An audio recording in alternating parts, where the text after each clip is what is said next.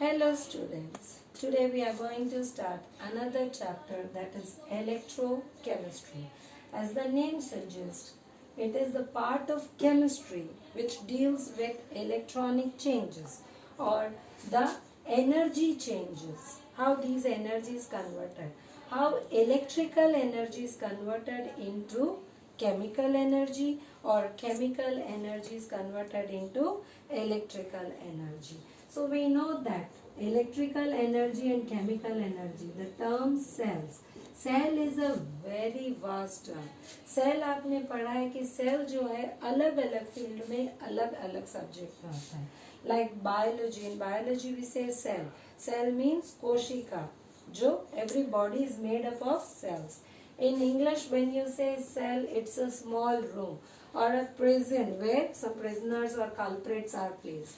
But in chemistry, when we say cell, cell means a tool in which the chemical energy is converted into electrical energy. So cells are of two types, galvanic cell और cell में भी आपके बहुत सारे types आएंगे.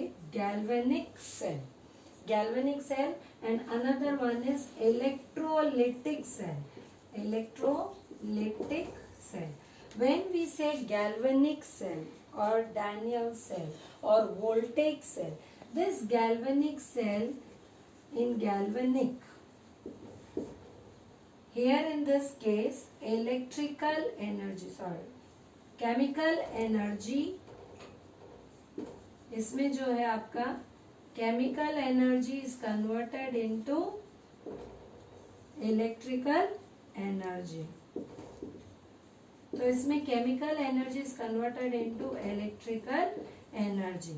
अब ये कैसे होता है, तो इसका लाइव एग्जाम्पल जो है अगर हम देखें तो डैनियल सेल, गैल्वेनिक का सिंपल एग्जाम्पल है आपका डैनियल सेल.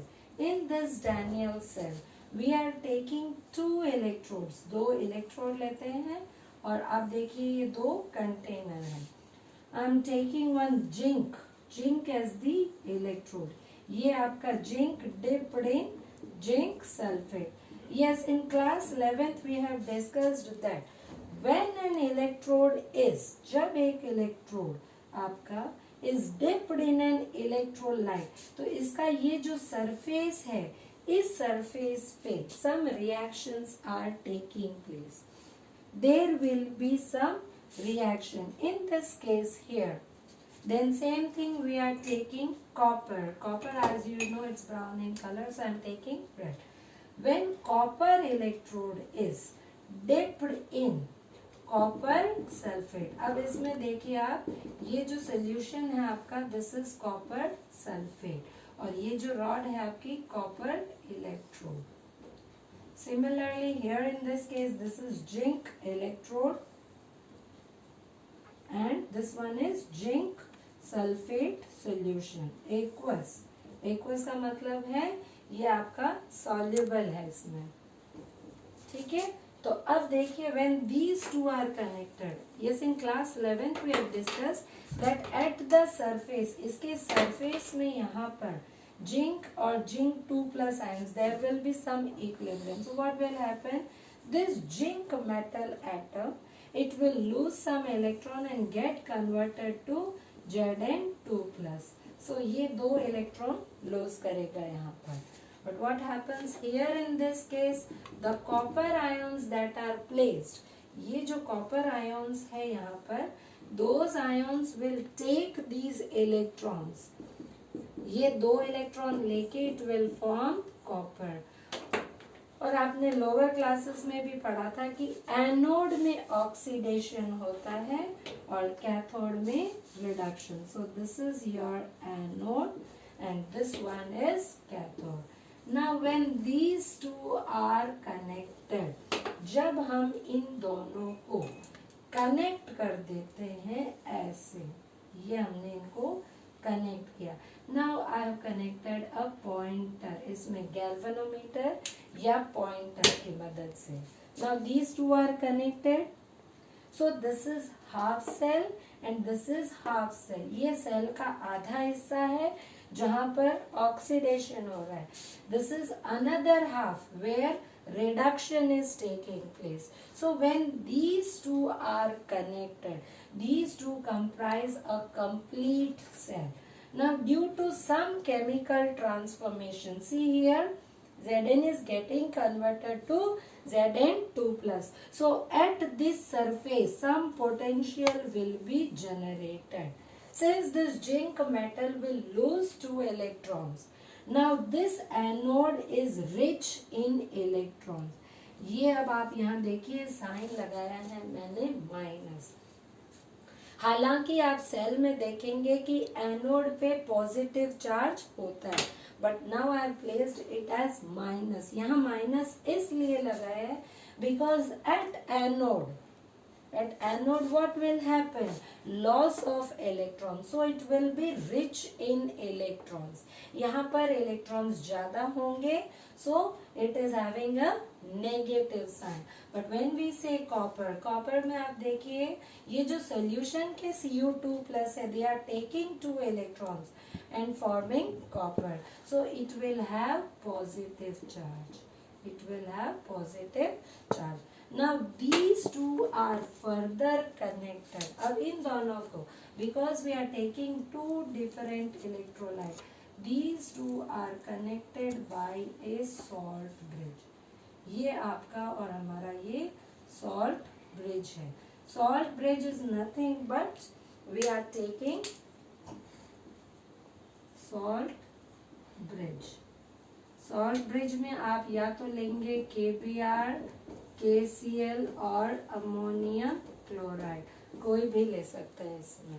ठीक है, तो अब जब इसमें है हमारा द इलेक्ट्रॉन्स आर फ्लोइंग, ये नेगेटिव चार्ज है, the electrons are flowing in this direction. Electrons इस डायरेक्शन में फ्लो हो रहे from anode towards cathode and the current is flowing in opposite direction, that is from cathode towards anode. इस direction में current flow होता है और ये सॉल्ट ब्रिज है. अब ये सॉल्ट ब्रिज का काम क्या है? What is the role of salt bridge? Salt bridge is actually dipped. इसको हम पूरा डिप करके रखेंगे, थोड़ा छोटा बना दिया है इसको पूरा इसमें ऐसे, ये आपका डिप्ड है. So it maintains the electrical neutrality.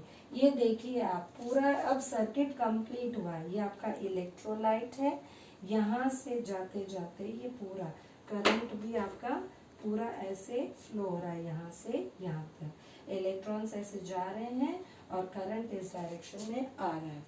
Now when these two solutions they are 1 molar आप जिंक सल्फेट ले लीजिए, 1 molar आप कॉपर सल्फेट ले लीजिए. when zinc and copper rod is placed here, what will happen?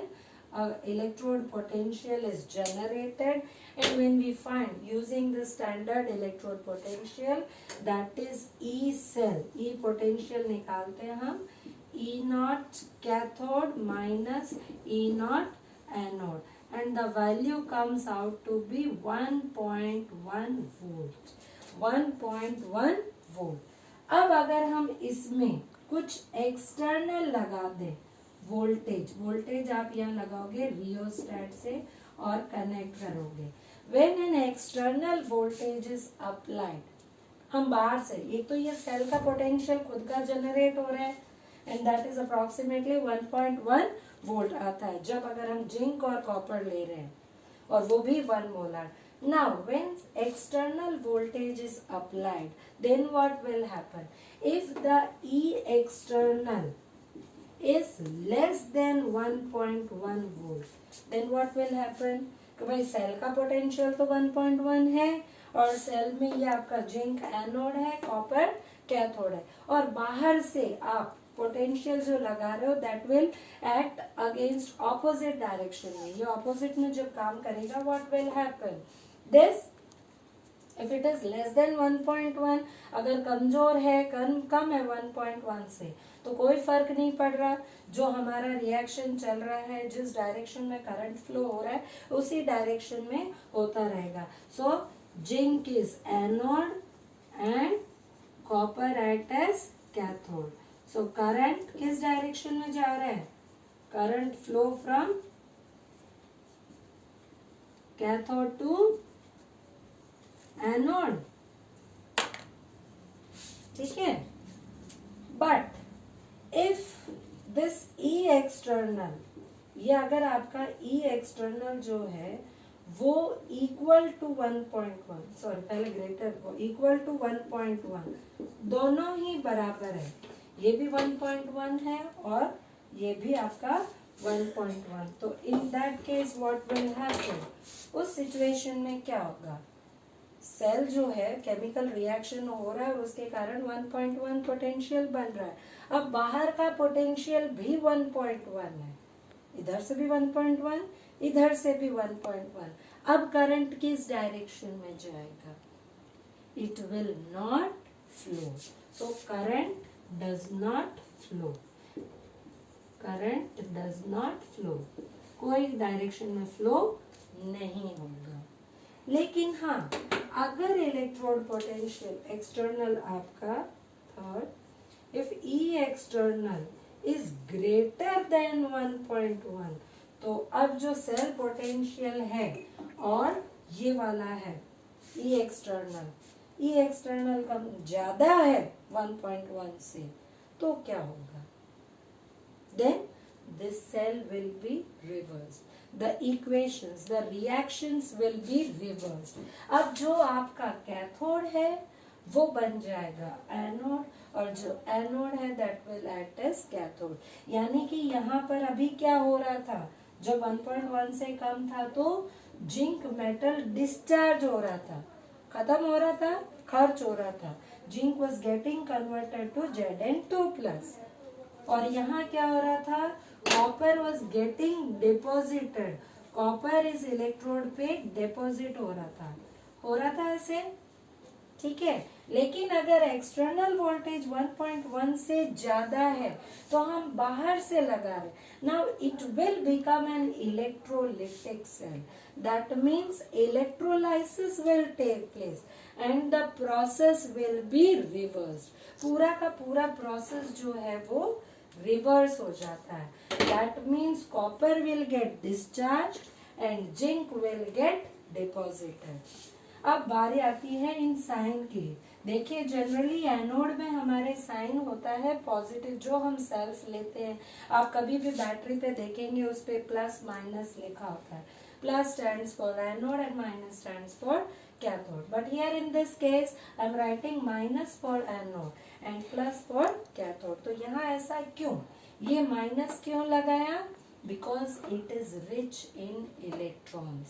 Anode means oxidation. Oxidation means loss of electron. और वो सारे electron इस एनोड पे यहाँ आ रहे हैं, यहाँ से फिर वो फ्लो ऑफ इलेक्ट्रॉन एनोड से कैथोड की तरफ जाते हैं। और यहाँ कैथोड में क्या हो रहा है, gain of electrons, reduction is taking place, so positive charge लगाया। बट अब ये ना लगाए तो अच्छा, सॉल्ट ब्रिज, इसका क्या काम है? सॉल्ट ब्रिज का एक तो आपको बताया, it completes the circuit, circuit को पूरा करता है, ताकि ये जैसे ही सर्किट पूरा हो तभी तो करंट फ्लो करेगा, otherwise the current does not flow. ये देखिए पूरा यहाँ सर्किट कंप्लीट हो गया इससे होता हुआ। दूसरा, इट मेंटेन इलेक्ट्रिकल न्यूट्रलिटी। अब अगर सारे के सारे इलेक्ट्रॉन्स यहाँ जमा होते जाएंगे, then what will happen, the electrons will not move, electrons will not move नहीं करेंगे।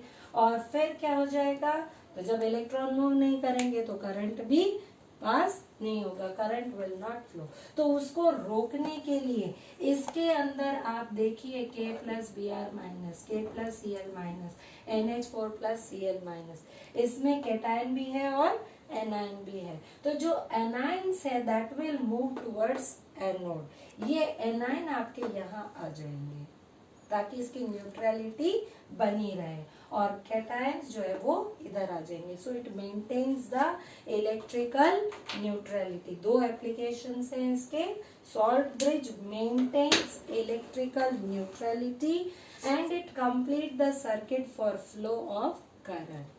आज के लिए इतना ही, थैंक यू।